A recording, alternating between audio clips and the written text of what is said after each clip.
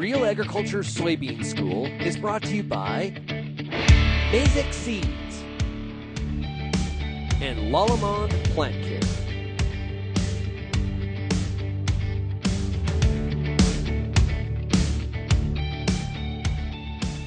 Hi, I'm Bernard Tobin. Welcome to the Soybean School. Today we're going to take a look at some key micronutrients, including boron and zinc, and what happens when you have too little or too much of those micros. On this episode, we're joined by OMAFA soybean specialist Horst Bohner and University of Guelph researcher Dr. Hugh Earl as they explore a rather unique soybean research plot. Here, Earl is using potted soybean plants and fertigation to help establish optimal values for micronutrients like boron in soybean fields. Check it out.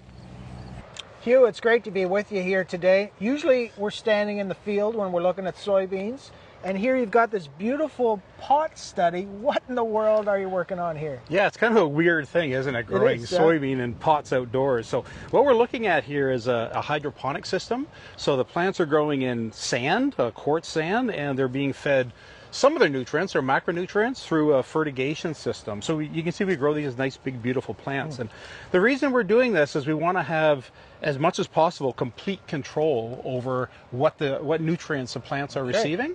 So this is the untreated check. This has got everything. Yeah, this row here, this is the best we can do. So they're getting all the macronutrients and all their micronutrients. Yeah, beautiful. So the idea here is that every plant or every row here is getting all the macronutrients right through the fertigation system. So they're getting nitrogen, phosphorus, potassium, and also those kind of middle ones we sometimes call mesonutrients, right? So your magnesium, sulfur, calcium. They're all supplied equally to every row. This project is about looking at the effects of the micronutrients. So those things that the plants need in really, really small quantities. So there's some they need hardly any at all, like molybdenum, cobalt, copper. But there's others they need in slightly larger quantities, but still very small. So iron, manganese, zinc, and boron. So each one of these rows represents a different treatment where they're getting all the macronutrients, but we've excluded one of the micronutrients, or in some cases applied the micronutrients in different levels, so you can see the responses. Beautiful, beautiful. And we do have some really nice visual symptoms here. Typically in the field in Ontario, we see manganese, which you brought up, and you know, we've got a picture of it here in the video.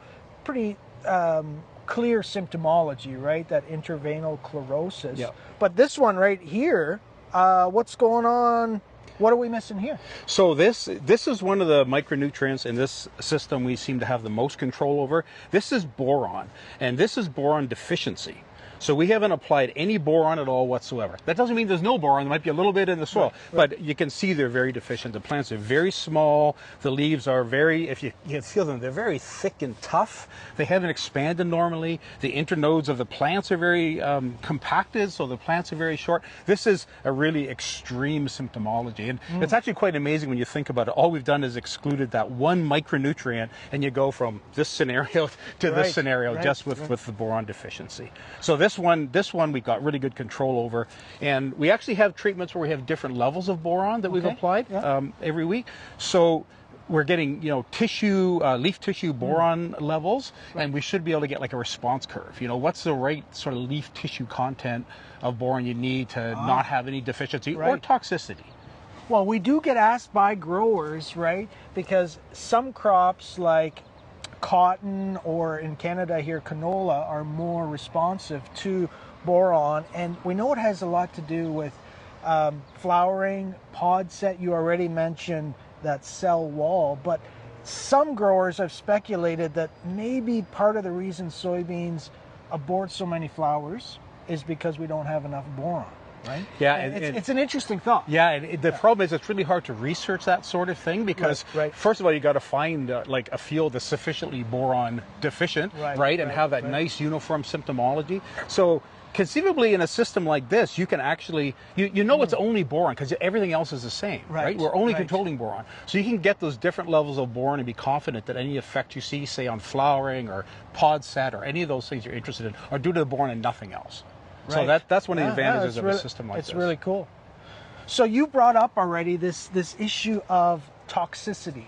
And we know that soybeans can be sensitive, all crops can be sensitive, but I think it's especially true for soybeans, they can be sensitive to boron toxicity. So when someone says, you know, how much boron can I apply in a foliar feeding, that depends on heat, right? How hot it is, and a bunch of factors. But what are you doing in this row? Yeah, so this is our highest boron application rate. Okay. Remember, it's soil applied. Soil so applied, this isn't like a foliar burn or anything Okay, like that. okay. But we had seen this before in some controlled environment work, you know, in a greenhouse type scenario.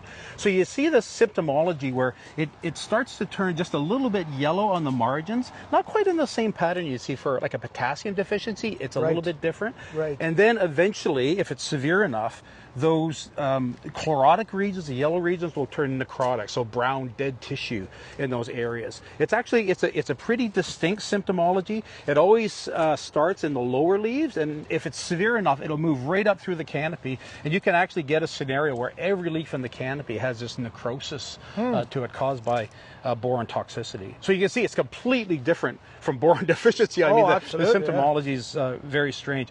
I encountered this, as I said, in past research, didn't recognize the symptoms, posted it online. You know, who knows what this is? What's going on with my soybean plants? Nobody has a clue, right? Right. So one of the main things we're trying to do in this work is to create a scenario where we know for sure it's boron because we did it, right?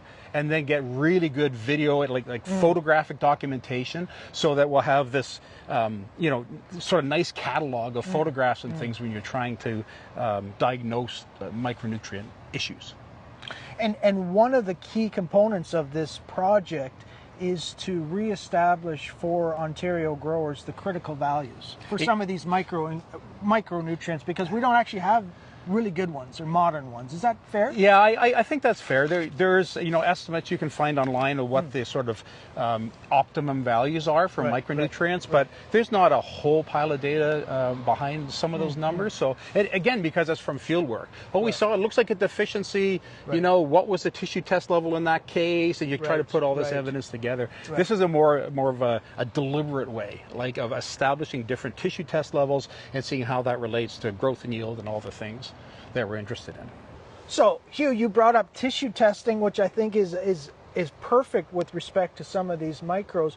The only work that we did recently in fields is we applied a granular product that had some boron in it, and we didn't do tissue testing. We just thought, let's just try it along with potassium, and on an average field, we didn't see anything, right? Yep. So now, of course, you would say, well, let's do a tissue test in the future. And I think that is really the story of boron. It's site-specific. It's not widespread across Ontario.